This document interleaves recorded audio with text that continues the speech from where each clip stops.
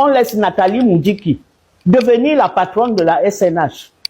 Au nom de quoi? Au nom de quoi? Parce qu'elle est la fille d'un ami. C'est quand même, c'est très dangereux comme fonctionnement. Mais le président le fait. En français, on appelle ça un système féodal.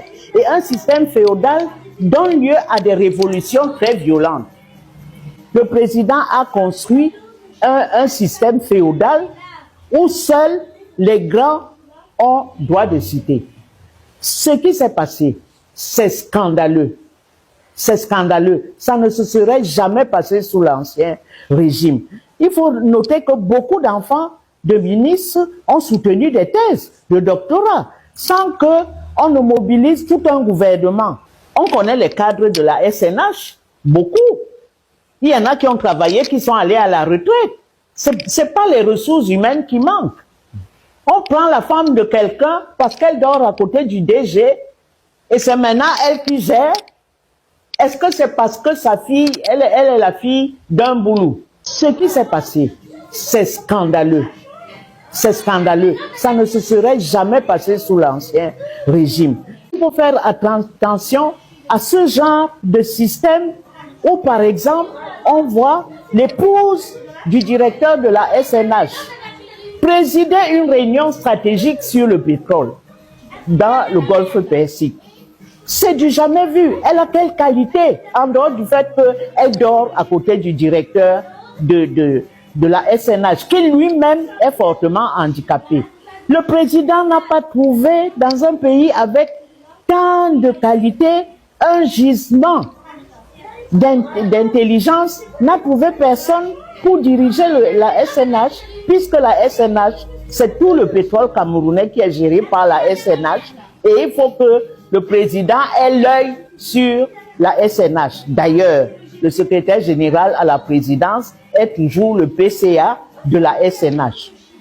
C'est quoi ce système?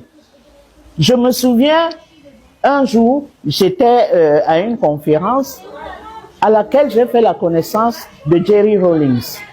Et je lui demandais pourquoi il a tué les grands dignitaires du régime. Il a dit qu'il fallait que je les tue pour donner l'exemple.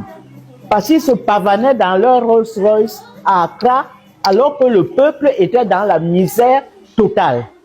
Donc il faut faire attention à ce genre de choses. Et que le président de la République, qui a été très tôt un grand de la fonction publique, ne sache pas que des choses comme ça sont proscrites par la République. Donc, Indira a fait son buzz, tout le monde a vu, les autres doctorants qui étaient là pour attendre le moment de leur soutenance ont été obligés d'attendre armes aux pieds jusqu'à ce que Indira, son papa, très content et tous les autres soient partis. Oui, ce n'est pas normal. Mais Madame Henriette Ekoué, est-ce qu'il ne s'agit pas là d'une cabale contre Indira? Parce que certains de ses proches affirment que son papa a invité ses amis. Ses amis, malheureusement ou alors heureusement, sont pour la plupart des membres du gouvernement, des hauts membres du gouvernement, déjà à la présidence de la République où il est directeur adjoint du cabinet civil et des grandes stars. Est-ce que ce n'est pas aussi de son droit, lui, d'inviter ses amis? Non, non, non. Quand on fait d'un événement comme ça, qui est en principe un événement privé, la soutenance de sa thèse, combien d'enfants de ministres ici ont soutenu des thèses? Ils sont allés soutenir leur thèse avec leur famille, leur papa et tout. Et ça s'est arrêté là. Il y a toute une chaîne de télévision qui est là pour les reportages directs. C'est quoi? Mais c'était une chaîne privée. Ce n'est plus la République. Donc, tout ce que le président a construit, c'était pour donner au sérail des gens qui vivent bien et le peuple qui ne vit pas du tout. Le peuple n'arrive même pas à se soigner. Les autres, dès qu'ils toussent un peu, ils sont dans l'avion. Donc quand on fabrique un système féodal, les retombées sont très lourdes. Parce que ça peut aller à une révolution où on va trancher les têtes. Est-ce que c'est ce que le président de la République veut? Mais Madame Henriette Ekwe, certains vous diront que le père d'Indira, s'il a ses moyens, il peut l'utiliser comme il le souhaite. Non. Non. Le gouvernement n'est pas obligé d'assister Indira au grand complet. Elle est un personnage de l'État. Ce n'est pas un personnage de l'État. Et une thèse, c'est strictement privé. Donc, quand tu convoques le gouvernement, tu en fais un événement, comment dire ça? Un événement public et je veux dire gouvernemental. Ce qui n'est pas le cas. Il ne faut pas qu'on vienne nous dire que non, ce n'est pas ça, c'est quoi? Pourquoi? Pour écraser les autres? Juste à nous dire qu'elle a eu telle mention et ceci, cela. Est-ce que c'est la première fille de ministre qui soutient une thèse? Elle n'est pas la première. Elle ne sera pas la dernière. Elle a juste 23 ans. Hein? Docteur à 23 ans, c'est quand même... même... Oui, ça ne fait rien. C'est son génie, c'est bien. Mais la fille d'Aïdjo aussi a été médecin. Hein? La fille d'Amadou Aïdjo était médecin, Daniel Aïdjo. Donc, il ne faut pas faire comme si on n'a jamais vu ça. Il y a beaucoup d'enfants de ministres qui ont soutenu des thèses.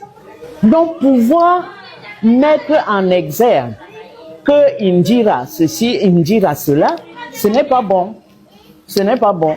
Ça indique que chez nous, l'affaire qui devait être strictement privée, elle est devenue officielle, puisque beaucoup de gens ont retransmis ça. Pourquoi? C'est un élément, un événement privé. Donc, quand le président fabrique un système féodal où il y a, disons ça comme ça, des passe-droits, c'est dangereux pour lui-même et pour son régime. Parce que quand on dit qu'il y a une colère, les autres ont eu du mal. Pour que tu soutiennes ta thèse, tu souffres. Hein? Il faut que tu payes ceci, il faut que tu payes cela. Quand ça se passe comme ça, et quand le président couvre ça, c'est pas bien. Et Madame Moudiki, Nathalie Moudiki.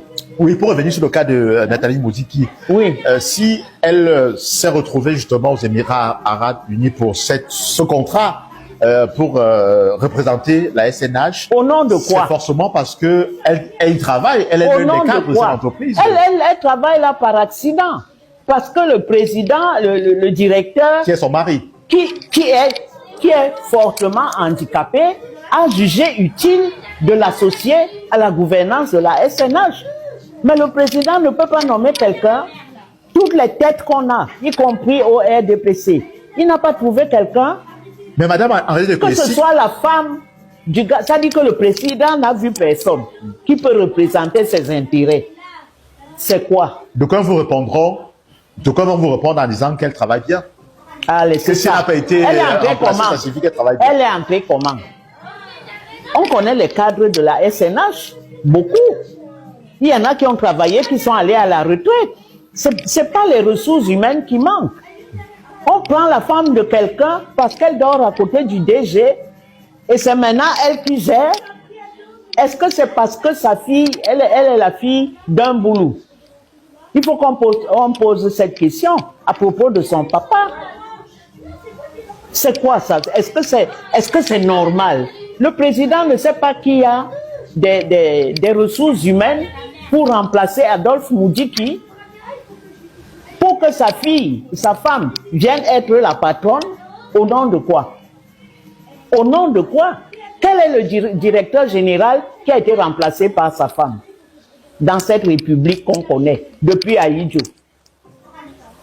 On n'a jamais vu ça. Bon, c'est pas officiel, sa femme n'est pas la... Elle n'est pas officielle, mais elle a présidé une réunion stratégique.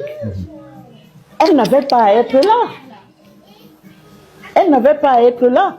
Donc, on dit qu'il ne sait pas qu'il y avait des collaborateurs qui pouvaient le remplacer et le signaler au président de la République parce qu'il était affaibli. Et pourquoi le président accepte ça? On sait que ce sont les intérêts du président parce que c'est la présidence qui gère le pétrole de tout temps. Et donc, le secrétaire général à la présidence est le président du conseil d'administration. C'est parce que le président lui-même ne peut pas aller à ce conseil d'administration. Le président délègue ses pouvoirs pour diriger la SNH. Et il n'a pas trouvé des gens des ressources capables de faire ça. Une fille vient, elle s'assoit là. C'est elle maintenant qui gère. Parce que mon mari a géré, moi aussi je gère. Est-ce que Biya a déjà vu ça dans cette république où il est venu, il est entré dans la haute fonction publique en 1962, c'est-à-dire il y a 63 ans. Il a vu ça où? De qui? De son prédécesseur? Jamais. Quand quelqu'un ne peut plus, on l'écarte, on met quelqu'un d'autre. C'est tout. Est-ce que cette forme de gestion ne donne pas raison à certains hommes politiques qui dénoncent cette cacophonie gouvernementale en estimant que celui qui tient les manettes, qui est le chef de l'État, ne contrôle plus véritablement et que ce sont plutôt certaines... Bien sûr, cette histoire même de laisser une fille qui je ne sais pas d'où sortent ses compétences. Pourquoi on laisse Nathalie Moudjiki devenir la patronne de la SNH? Au nom de quoi? Au nom de quoi? Parce qu'elle est la fille d'un ami. C'est quand même, c'est très dangereux comme fonctionnement. Mais le président le fait. En français, on appelle ça un système féodal. Et un système féodal donne lieu à des révolutions très violentes. Très violentes. Il n'y a pas longtemps, un garçon, sa femme a eu un accident, elle est tombée, une marmite. Elle voulait éviter un chat, la marmite est tombée sur sa femme. Elle a été brûlée. Ils en sont à 1,5 million de frais à l'hôpital. Un pauvre garçon qui n'a rien. S'il n'y avait pas ça, elle serait peut-être morte. Et il y a ça tous les jours. Des gens qui meurent parce qu'il n'y a pas d'argent pour les soigner. Au lieu de construire un système social solide, non. Nathalie Moudjiki, elle préside, le contrat était important. Et alors, avant qu'elle ne fasse ça, il y avait des cadres, des hauts cadres à la SNH. Elle n'est pas la première. Et elle ne sera pas la dernière. Elle n'était même pas cadre. Hein? Mais c'est le mari est affaibli, il lui dit donc va aussi faire, tu vas faire comme ci, tu vas faire comme ça. C'est le village. Pourquoi des solutions villageoises dans une république qui a ses codes? C'est un poste politique ou alors il faut aller jusqu'au bout. Quand il y en a un qui est incapable, on prend un autre, on ne prend pas la femme. Ça n'a jamais existé. À moins que le président ne veuille un jour nous présenter sa femme comme successeur constitutionnel. Il faut faire attention. Le peuple voit. Ok.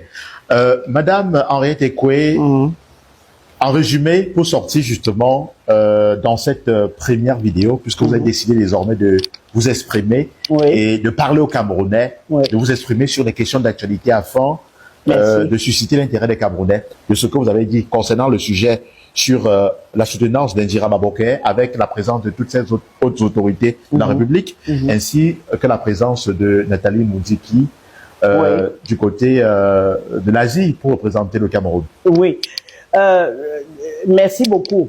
Je veux dire au peuple camerounais que désormais je vais faire des vidéos parce que j'ai une expérience politique aussi pour donner mon point de vue. Et aussi bien sur le plan politique que sur le plan mondial.